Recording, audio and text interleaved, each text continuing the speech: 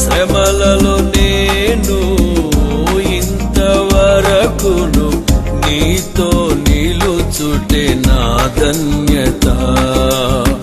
జీవ కిరీటము నే పొందుటకే నన్ను చేరదీసితివి.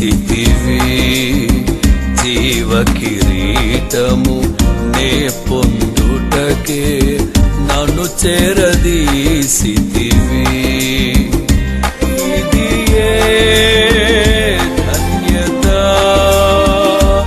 ఇది ఏ ధన్యత, ఇది ఏ నా ధన్యత.